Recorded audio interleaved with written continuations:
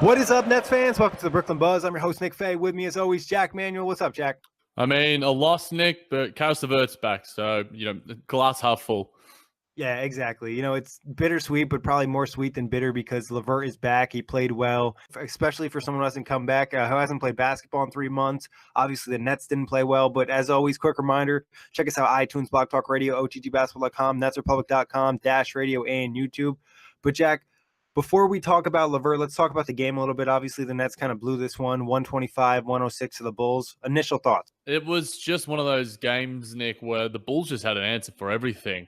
Guys Lowry Markin and Otto Porter, these sort of guys, their starters just absolutely destroyed us. And we just didn't have an answer for them on the defensive end. There were times where we would go on some mini runs. Joe Harris hit a few buckets here and there. D'Lo would hit a few buckets. Caris would provide a little spark on the defensive end. But then the Bulls would just counter. And, tonight, despite the fact, most people didn't expect us to win the Denver game. No, we were expected to win this game. So, the NBA is a funny place. And we've said many times, and I've said many times as well, that you can't bank these wins, despite the fact that the Bulls, should be tanking. The players out there are not going to be doing that in any form or stretch of the imagination. So, certainly not the best performance, to say the least, but there were some things to take away in terms of individual players. Yeah, for sure. And like you said, in terms of performance, the Nets just got outplayed. Chicago wanted to win this game. The Nets were looking for the sweep tonight. They beat Chicago the other times they played them this year. I think they had a 6-game winning streak carrying over from the previous season as well. So Chicago is kind of due for one, and they shot really well. And that was 54% from the field, 50% from three. And some of that, though, was the Nets defense giving them easy shots to kind of get their rhythm going early. Yeah, the zone seemed to work whenever it was on, for the most part, and when the guys were engaged there. And we'll talk about Caris LeVert. Whenever he was on the floor and making steals and making plays on the defensive end, it seemed that we were a positive. And his plus minus does reflect that. But in all the ways that the Nets like to play, the Bulls sort of countered and beat us in our own game. Like you said, 3-point shooting. They had more free throws. They had more points in the paint. They destroyed us in the rebounding department. So you're not going to win a game if you don't win any of those key indicators. And like you talked about, new addition, Otto Porter looked really good. 7-9, 4-5 from three. Markkanen was just a problem. Really, the Nets had nobody that could defend him. 18 rebounds. I got to think that's probably close to his career high. He had very close to it against us last time as well, when we had the win too. I believe he out-rebounded all of our starters. Yes, if I'm not mistaken, he did. Jared Allen had 10 himself, a nice little double-double. But, Russell only had one. Graham didn't have one.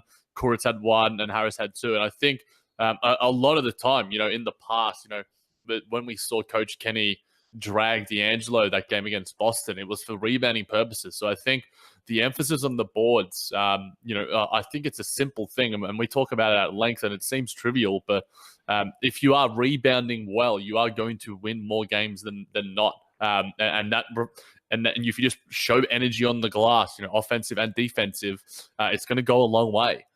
Yeah, for sure. And I think a big reason for the Nets winning stretch, and we've talked about this, rebounding percentage has been really high. It's been like top 10 over the last 2 months. So if they can kind of keep that up, stay active.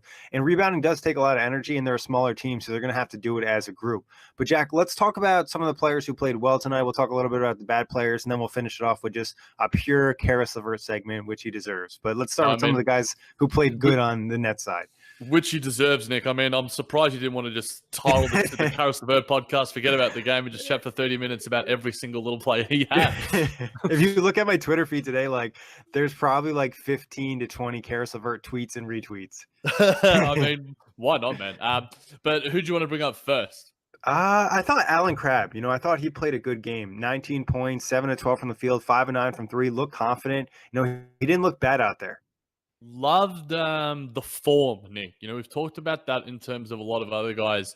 DeMario Carroll wasn't great tonight, but a lot of guys, when you can just tell that they're spry, their legs look good, their rotation looks good, and just their control on the shot. And Crabbe looked confident out there, and I think that's a positive sign. Obviously there was that rumor going around about him and the Denver Nuggets pick for Garrett Temple and JaMychal Green, which would have been a nice enough trade. But Crabbe is proving his value. And I think when him and Joe Harris were out there, we did look dangerous at times, just not for long enough stretches. So I think it's positive, the fact that he is hitting that shot, but at the same time, he was hitting other things. And I think the fact that he's gotten back to it so quickly is a surprise, because, we've criticized him in the past in terms of his ability to sort of, work his way into the game. Had 30 minutes last game, 21 minutes tonight. The coaching and training staff are magnificent there in Brooklyn. So the fact that he's already performing at this level is positive, but we hope that he can continue to do the same thing in wins.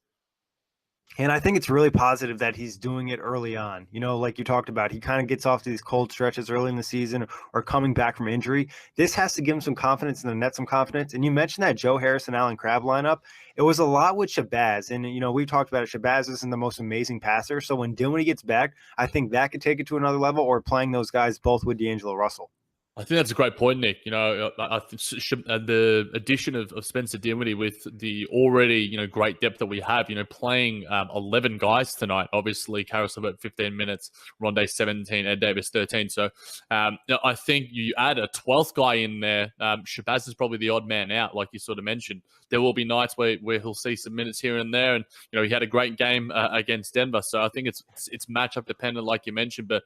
Crabbe being a wing, Crabbe being a three-point shooter, he's super important right now, despite the fact that, yes, his contract isn't amazing and he might not be a Brooklyn Net for the future. But for this season and what we're trying to achieve, if we can have him, Harris firing, and all our other guys, they're complementary and they're our best guys from the perimeter. When you have your best three-point shooters in a heavily predicated three-point shooting outfit, then it's going to do wonders. Yeah, and both those guys, combined shot pretty well tonight, 8 of 16. You know what I mean? Yeah. That's a good number. We can get that consistently throughout, this rest of the season. And some of the other guys just kind of step up. D'Lo probably had one of his first off games from 3 in a while, 1 of 8, and a couple of them went halfway down. So I think the Nets also, we talked about the bad defense, but also on their offensive end, they just missed a lot of open threes, and they missed shots that they usually hit. Yeah, and that happens. I mean, you're due for a letdown to an extent after the insane stretch we had against Denver. But, the looks D'Lo was getting, like you mentioned, Nick, were pretty good. They were in and out a lot of the time. And even on a down night, he still has 23 and 6 and 2 steals. I like the 6 free throws, too.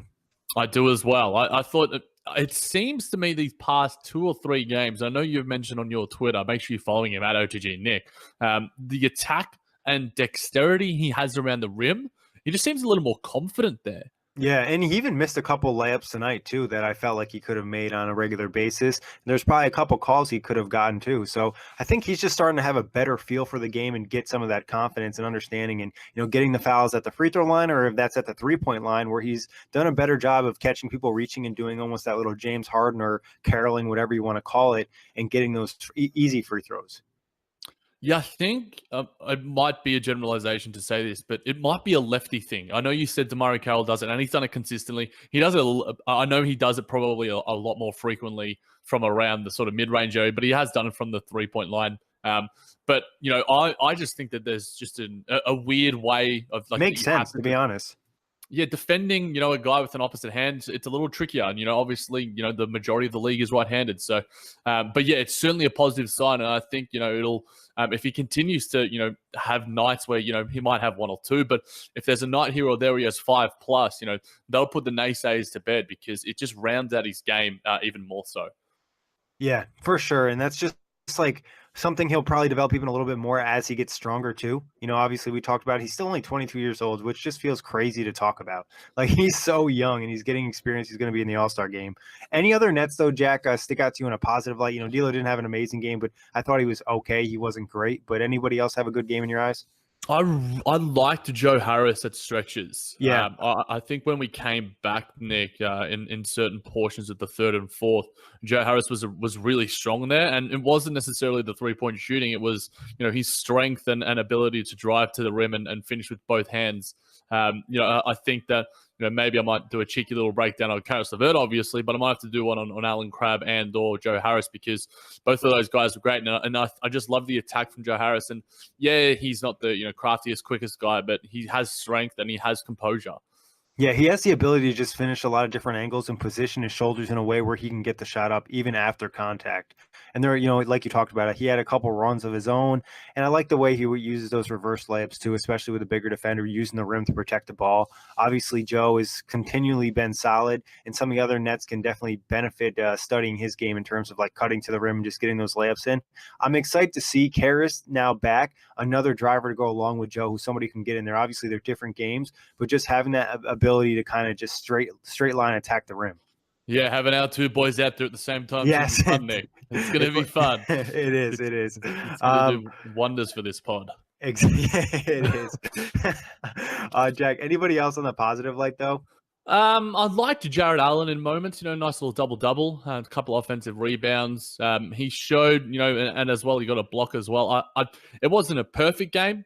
His free throw shooting was good as well, 4 free throws. So wasn't, necessarily an outstanding game from Jared Allen, but, we've talked about him in the past in terms of being, a little bit lackadaisical and not aggressive enough, but he seems to be showing, a little more aggression. And just a bit more composure and confidence, and he's going to grow from this.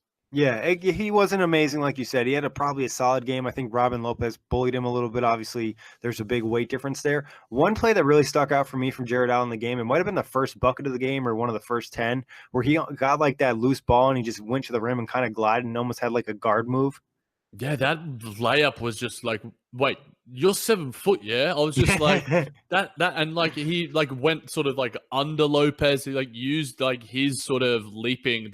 Obviously, Robin Lopez isn't like Brook. We know we love our boy Brook. He's not a rim protector in any sense of the word, but to still go up against a big guy and attack the basket off the dribble, it was a heck of a move, and one that was certainly eye opening. Yeah, it definitely was. And I think, like you mentioned, he's been more aggressive over the last 2 games, and he can kind of continue to build on that confidence as the season progresses. We saw him have a little bit of a down stretch, and now he's kind of bounced back from that. I'm interested to see what he'll do post All-Star break. Obviously, last year was big for him. Yeah, definitely. Obviously, he's just going to continue to grow. 29 minutes as well. Outside of D'Angelo, he had the most. Outside of D'Angelo and Joe Harris had the most minutes. The only guy who was close to 30. So it's going to bode well for him going forward. You talked about D'Angelo Russell, 22 years old, starting center for the Brooklyn Nets right now as a 20-year-old. So it's pretty bright future we have there in Brooklyn if these guys stick around. 100%. And the fact that they're just so young, they can mesh together for years. But Jack, going to the negative side, who probably played the worst game tonight in your eyes?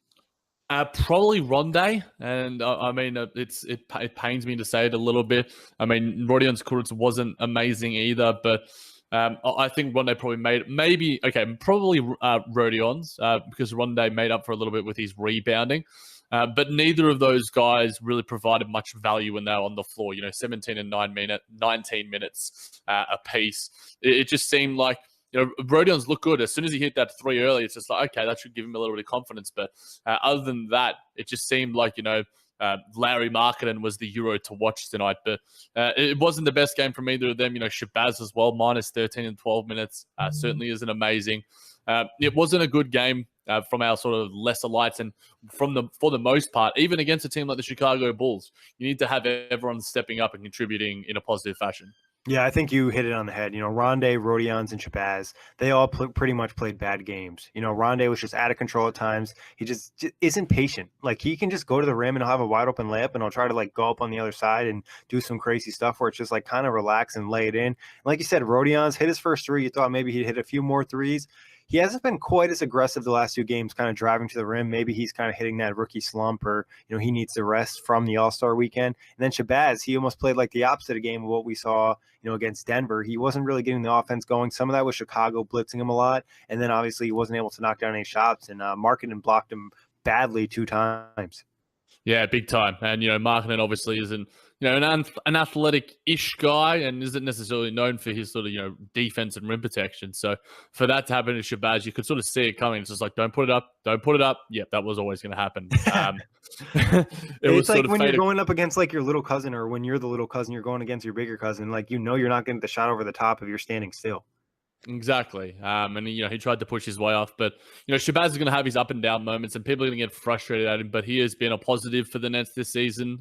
Lo and behold, obviously it sucks when you have three key rotation guys, down, but you add in a guy.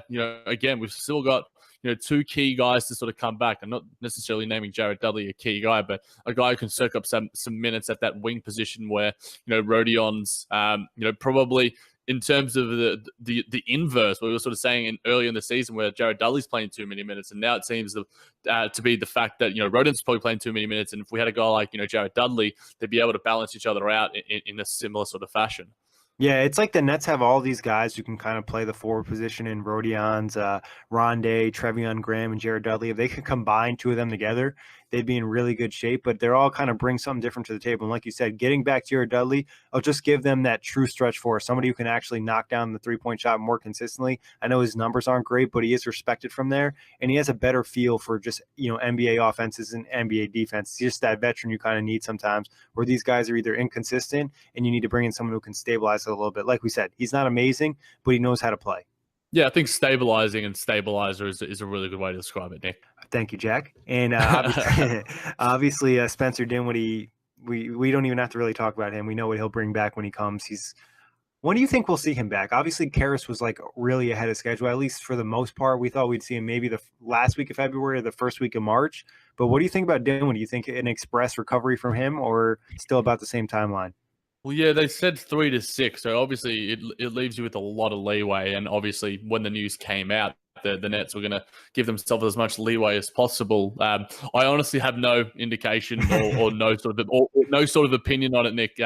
So I think it was nice to see him on the bench tonight as well. And his Twitter fingers are certainly working okay. He's probably using the opposite hand, or not using the thumb, even though it's extremely important when you're using your phone and tablet and such. But I think that when he comes back, he will be ready. I think that when you're sort of talking about Alan Crabbe and Caris LeVert, because it's a thumb injury, it's not necessarily going to take away from any of his conditioning. He can still work out. He can still do plenty. Maybe work with the offhand and sort of and that sort of thing. Caris LeVert, when he was sort of saying, he's like in sort of promo videos, he's like he wants to come back better. And we saw tonight, some flashes of things that we see and expect from him, but you don't expect so early on. So to have that confidence is interesting, but it's a very positive sign. Yeah, and I think you made a great point about Spencer able to kind of keep in shape. And obviously when he comes back, his three-point shot is kind of hot and cold anyways, but what he's really going to bring is the driving to the rim and creating for others, and that's what we still miss. Obviously, hopefully Caris getting healthy and, his minute count going up, I think he'll be best off leading that second unit, at least until Spencer's back. Definitely. And I think in terms of that driving, obviously D'Angelo's done a lot better of late, like we mentioned a little bit earlier, but it opens up for guys that we talked about in Joe Harris and Alan Crabbe, two real key marksmen from that area that thrive on open space. Joe Harris is one of the best three-point shooters in the league, and Alan Crabbe throughout seasons in his career in Portland and in Brooklyn has been one of the best three-point shooters as well. So having that driving ability just opens up so many spaces on the floor. Yeah, and especially two guys who have been probably in like the top 50 in terms of driving numbers in Dinwiddie and LeVert, getting them back and seeing them kind of hit all cylinders at the same time. It's going to be really exciting when we get Dinwiddie, D'Lo, and LeVert all healthy. But talking LeVert, obviously this was his first game back after missing 3 months. He played 14 minutes, 11 points, 5-11 from the field, 0-3 from three, 2 rebounds, 4 assists, and career-tying 5 steals. That 5 steals is what sticks out to you, Nick. And I know that you were super excited about his defense, but I don't think many of us expected 5 steals from him in his first bloody game back. He was sensational. Putting up 11 shots in 15 minutes, obviously a little bit of a chucker there, but I'd rather have those 11 shots from him than, the 5 or so shots from Shabazz Napier. So he was great. He was absolutely awesome. We talked about off wax, the fact that, despite the fact he didn't hit the 3-point shot, it looked fluid and comfortable enough. So once he hits that one, it'll certainly open up the floor from him. And it doesn't necessarily mean the arc for him and D'Angelo Russell on that shot is something noticeable that we've sort of talked about on the buzz before. But, so many great moments from him, especially on the defensive end, earning that and one play, drawing the contact, has to leave him feeling confident going forward. And he was fearless. He was really fearless. Yeah, I thought he would be a little bit more timid, especially driving. I thought maybe the first couple of minutes he was, but then after that, he attacked the paint. He got a couple and ones. He even made a shot and then fell to the ground. Everyone was probably like holding their breath, but he got up. He was okay. Everything was fine. And like you said, the defense, and we talked about that, a week or two after the injury. The Nets missed him offensively. They missed his playmaking and everything, but defensively, they really missed his perimeter defense. And now in the zone, he was really active too. That length had an impact. And getting 5 steals, some of it is luck, but some was just being in the right place at the right time and having those quick hands, that length, and just the anticipation. Yeah, I think we talked about Carroll with his steal game against Denver as well. So sometimes I think it's going to be like you talked about with the zone, Nick. It's going to be emblematic of it. It might be one night it might be Caris, one night it might be Rodions. One night it might be Damari, one night it might be Trevion. But you have a guy like Caris LeVert to add to the defensive arsenal that we're bringing it back. Despite the fact that Rondo hasn't been great from there, but Caris LeVert, is probably one of, if not our best defenders, and he certainly proved it tonight. And the first sort of assist as well to Damari and Carroll. He hasn't lost any of that game feel, which is normally sort of one thing that you just sort of got to get your legs back and sort of just read the floor a little bit. But he looked comfortable, and I think that's probably the number one thing that most pundits and coaching staff and medical staff would be most comfortable with. Yeah, I was surprised. I mean, I was surprised how good he looked and how comfortable he looked on the floor with his teammates and not playing so long. And obviously, all of their games have adjusted. Even the rotations have changed. There might have been lineups he's never even played with before, and he went out there and he was able to get some assists too. Definitely. He just every single play as it went on both ends of the floor, especially offensively, he seemed to be more and more and more comfortable, more and more and more confident. And that should bode well for the Nets and should be, a worry for plenty of other teams in the Eastern and Western Conference, because this kid was playing some insane basketball, was, most improved player. We've put out some videos on our Twitter pages and for Nets Republic. He's just a tremendously talented player, and still only 24 years old, and he's just got plenty of basketball left ahead of him, and he's in the perfect system. And it was just really nice, and to see that ovation from him from the crowd as well. It was just a wonderful moment and a wonderful night for Caris. It was nice to see other people in the NBA also excited for him. Different NBA players. I think I saw Donovan Mitchell, Jason Tatum, some of the guys around the league. And then even after the game, Marketing was giving him a hug. It's good to see Caris get the love that he deserves, because he's been, like you were mentioning, a most improved player, but he's also a great person too. Yeah, the NBA is a community, Nick, in so many senses of the word, in terms of, internally with all the heap of players that are around there on NBA Twitter, Nets Twitter, the love being shown is a key reason why we love this game. We love this team, and we love to report about it and talk about it. It was just such a positive night despite the result, and hopefully, a few games before the All-Star break, we get a few results that go our way. Exactly. Obviously Toronto is going to be a tough one. Cleveland, the Nets have a pretty good chance in that one, obviously. But Jack, do you think we'll see Caris LeVert starting again this season? I believe so, Nick. Unless there are obviously any hiccups along the way, which, knock on wood, we don't see that in any sort of sense of the word. But it makes sense. He forced his way in the preseason to be a starter, and no one necessarily expected it from him. We talked about him at length, and the fact that Jarrett Dudley, Ed Davis, all these guys were raving about him in the preseason. It's just like, this guy's carving us up. So I think it'll be sooner rather than later, and I think he probably will replace a guy like Rodions, and I think that probably makes the most sense. And I think it could benefit him probably after the All-Star break is my estimation. Yeah, I definitely don't think it'd be before the All-Star break. It might even be not to the first week of March, but I wouldn't be surprised if it was right after the All-Star break if he's still looking good against Toronto and Cleveland. With it 2 days off in between, I wouldn't be surprised we saw him against the Raptors, maybe just 20 minutes and then like 20 minutes against Cleveland. Then he's got pretty much almost a whole week to rest. Yeah, I mean, if you look at Alan Crabbe, started off with 13 minutes, Caris started off with 15, and Alan Crabbe increased to 21 minutes. So I think you're pretty much on the money there, Nick, in terms of the fact that we could see him, hit that sort of 20 to 22 minute mark, anywhere from 18 to 22, whatever you want to call it, depending on how the result is and how he's looking out there. But it's just, we can't speak, highly enough of this kid and the way that he's playing basketball and the way that he conducts himself.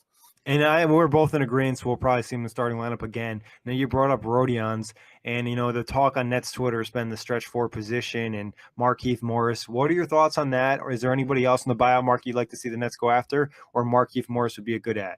I think Markieff Morris would be a good-ish ad. I'm not necessarily 100% sold at him. He can score. His effective field goal percentage isn't amazing. His PR is, and his field goal percentage from 3 for his career, is under 34%. So it's not like he's this, magical stretch for. Bobby Portis is killing it in Washington for some reason. So is Jabari Parker. That was crazy. Yeah, I know. When I saw the tweet from whoever was holding down the OTG, Corey. I'm like, what? Wait, what? What's Corey talking about? Is that like a typo? But yeah, I think that a lot of other Nets Twitter are really hanging on to the idea of a guy like Aaron Gordon. But I think that we just see this through, Nick. I think that's probably seems like the most likely scenario in terms of when it comes to the buyout market. The two key indicators are: do you want to win a ring, and do you want to get minutes and get another contract? And I think Markieff Morris is going to go to the team that will probably give him the most minutes so he can earn that new contract. Same with Wesley Matthews, which is why he's been linked to has he been picked up by the Pacers or just linked very heavily there? I think it's pretty much confirmed that he's going to go to the Pacers and Ellington's going to go to Detroit. I don't think they officially signed, but it's pretty much almost a guarantee at this point. And Ellington will get a tremendous amount of time to show his worth for Detroit. So I don't think Markieff Morris would get 30 minutes a night for the Nets and just a walk-up sort of starter for us, despite the fact that he is, a very serviceable NBA player and a guy that will probably be around the league for, another few years at least. So I think he could solve some issues. But if I were him, and this isn't to say that, we shouldn't, go after a guy like him if he's willing to sort of, make sacrifices. But if I were him, I would be, I'd have my agent calling who's going to be offering me the most minutes and the most opportunity to strut my stuff so I can, get that new contract from, the current team or some new team. I think someone on some podcast compared, when Joe Johnson went to Miami in the buyout market and it was a surprise. I know it was Brian Windhorst. And the fact that he was going to go to Cleveland, just get that ring. Went to Miami, got himself a 2-year contract in Utah following that. So I think you need to take way into those two factors when you're looking at guys in the buyout market. Yeah, no, that's 100% spot on, Jack. Some guys are looking for chips. Some guys are looking for the next contract. Markieff, he could definitely be looking for that next contract. Also, we got to point out he is injured at the time. He does have some type of neck injury, and I believe he was looking for a second opinion. So it's not like he'd instantly be able to play as well. He'd definitely be probably an upgrade to some of the guys in the roster, but I don't think he's a starter or an above-average starter at this point. There's a reason that people want to see different starting lineups in Washington. Yeah, definitely. And obviously, the Nets don't really need another guy who's on the pine. We need a guy who can come in and sort of contribute for us. So I think that there might be maybe other guys out there in the market, but I think that we probably more than likely see this team, ride it out. And in terms of we've spoken about before, Dante Cunningham was an ad at the trade deadline last season. If the Nets can add a little bit of value, and Dante Cunningham is a stretch 4. So I don't think that we see any dramatic moves. They'll probably be making calls. Sean Marks always does his due diligence, but I think that this team with what we have right now is still good enough to make the playoffs with teams around us not necessarily making many moves or doing much to sort of solidify themselves in that sort of range. But the Nets are going to be okay, and if we don't get that 4 now, then we might get it in the future, guys. Just patience is a virtue. I agree. I think there's no point in kind of rushing, and I think that probably last roster spot's going to end up with Theo Pinson, if I had to make a guess, because his 2-way contract has to be coming up close to end. So obviously, they'll probably make their calls like you said, Jack, but this is most likely the roster. If Rodions starts the rest of the season or whoever starts the forward position, they change it around. Maybe Damari gets in there like we've talked about. Who knows, because they will have more depth if they do get healthy. And who knows, the team could change and you might not even worry about the 4. They could be playing a lot smaller and the guys could be stepping up on the outside. So definitely. I'm not really like you said. It's almost like playing with house money. I hate to say that term, but I think we've talked about it a little bit, in the prior show. It's like they're at a point right now where they're farther than we expect them to be, and they're still about development. You still want to develop a lot of these young guys. There's no need to go make a rash move and try to trade your first-round pick for Mirotic or something at the deadline. Obviously, the only move they made was to pick up the pretty much free second-rounder for Greg Monroe. Other than that, they were active, but they weren't going to go and risk the future for anybody. Yeah, I mean, we had 11 guys that played tonight and 2 other guys to come in Spencer Dinwiddie and Jared Dudley that will definitely earn minutes. So, there's only so many bodies out there, so many mouths you can feed. So with Markieff Morris, I'm a no, and it seems unlikely. Yeah, I agree. I mean, I wouldn't hate it, but I'm not advocating for it, and it's not like he's going to upgrade the team to a big degree. I'd rather probably see those minutes go to some of the younger guys. And like you said, other guys coming back, there's only so many minutes on the team. Were you happy about getting the extra second-round pick? Obviously, right? Oh, of course. Obviously, Sean Marks just taken on something, and I think the price for a second rounder, in terms of it was 3.5 mil that the Golden State Warriors gave for a guy like Jordan Bell. So obviously, the Toronto Raptors, we don't know where that it was. It 2023 or 24. 2021, actually, I believe. And that's Okay. supposedly supposed to be the year, when high school players might enter the draft. Or, the Raptors, I brought this up on Twitter, if Kawhi doesn't re-sign, now all of a sudden they have Marcus Gasol and Kyle Lowry, and maybe they're trying to sell and rebuild that roster. Who knows? You know what I mean? They could drop off by that time if they don't re-sign Kawhi. Definitely. A nice little savvy move that probably not a lot of people probably paid attention to, but most guys will, most GMs will pay a few million for a second rounder, and the fact that it costs some penny change and some money sent Masai Ujiri's way. These two teams like to deal, and they've both benefited from it in the past. Yeah, exactly. The Nets are really happy what happened last time they got draft picks from Toronto. So, Jack, any other final thoughts before we get out of here? Just hopefully we can put up a better performance against Toronto, Nick, and we see some continued good form from our boy Caris LeVert. Yeah, I'll be really interested to see how they play against Toronto. It's like definitely a bounce back game. Kenny kind of called them out after the game, not playing hard, not playing great defense. Obviously, Toronto might be their first game with Marcus Gasol. They're going to be kind of juiced up. I think the Nets want to just compete in that one and give themselves a chance at the end. It's going to be a hard win to get, but at least if they put themselves an opportunity to maybe steal one. Yeah, beat them before. Kyle Lowry's obviously having his back issues. Kawhi rests every 40 games this season or whatever. Maybe we'll get lucky. It's a rest game. Yeah, who knows? Who knows? Funny things have happened in this league, and Toronto are going to be a dangerous team in the playoffs. But these are the sort of games that you crave as a Nets fan and as a Nets player to sort of prove yourself. Yeah, and Jack, obviously we'll got Cleveland after that, and then we'll have the All-Star Weekend. We'll talk about that. As always, a pleasure. Thank everybody for listening. Check us out, iTunes, Blog Talk Radio, OTGBasketball.com, Google Play, Dash Radio, and YouTube.